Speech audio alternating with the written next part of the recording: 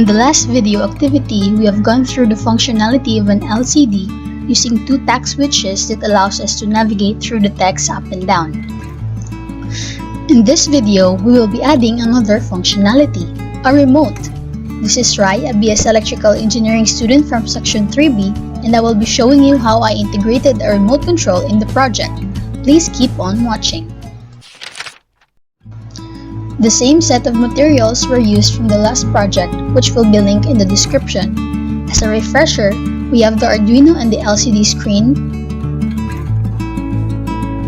We also have two tact switches and its corresponding 10 kΩ resistors, a 333 ohm resistor for the cathode, and three 1 kΩ resistors for the backlight.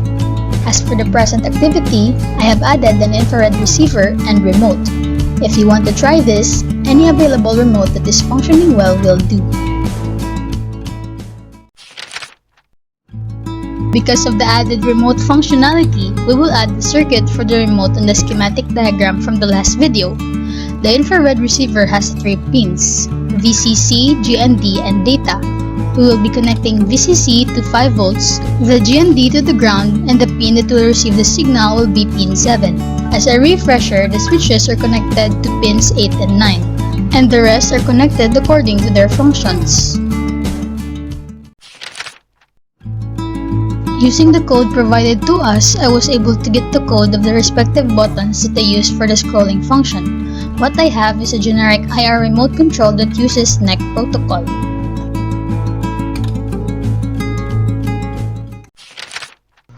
For the code, an include library for the remote control was added. The infrared receiver was connected at pin number 7, including the scroll up and scroll down buttons for the remote. On the void setup, the serial begin for IR monitoring and enabling the receiver was added. Under the void loop, pins 8 and 9 will receive signal inputs from the button, which will be then used in the conditional statements after. Using the variable name page counter, the series of statements are considered pages, which contains the text and characters that will be shown on the LCD.